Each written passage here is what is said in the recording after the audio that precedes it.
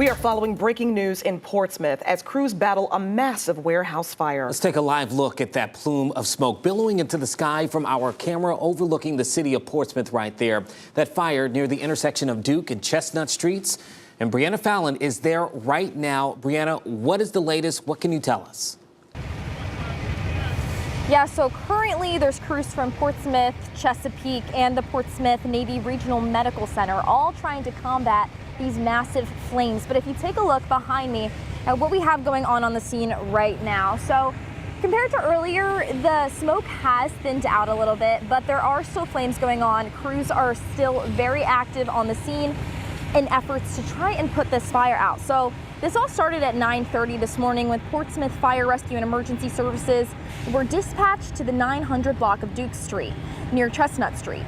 Battalion Chief Joseph Terrett said there are currently 80 fire personnel from these departments on the scene working to get the flames under control. Battalion Chief Terrett says as of right now, there are no injuries reported. Earlier today, the battalion chief said this fire is still under a defensive operation. We're still waiting to hear for an update on if conditions here have changed. Therese Newsom from Dominion Energy did confirm power has been temporarily disconnected for more than 3,000 customers because of the fire. Kimberly Harris was getting gas when she saw the smoke and realized her power was out.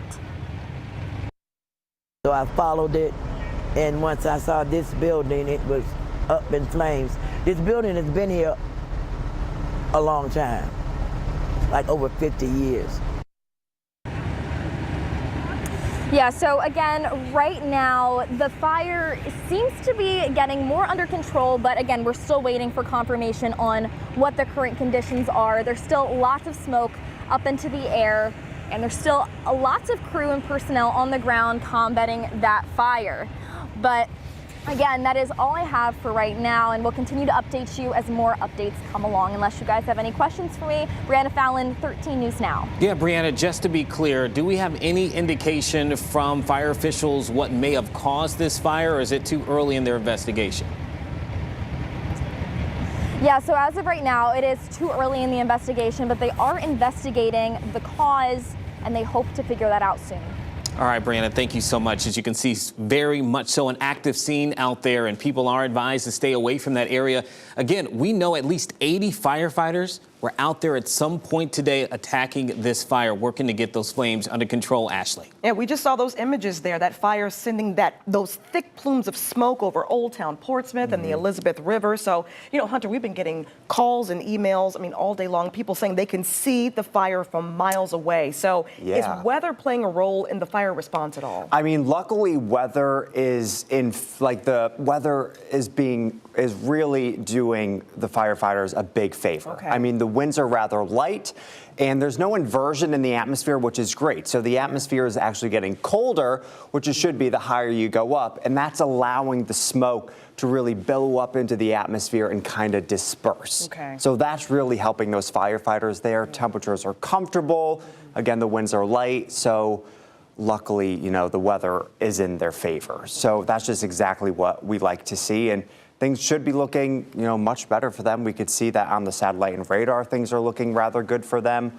And it's just a pretty good weather day for the firefighters, and that's exactly what we like to see. And here we are on the radar. The radar can actually pick up the billowing smoke, the smoke of plume in the atmosphere. And you could see around 10:30 this morning, it really got explosive, and it stretched about 5 miles. So from around Pinehurst into downtown Portsmouth over Poplar Ave, that's when it really exploded, and again was stretching about 5 miles. And not only was it long, it was high up into the atmosphere, about 4,000 feet high. So this was certainly a really large plume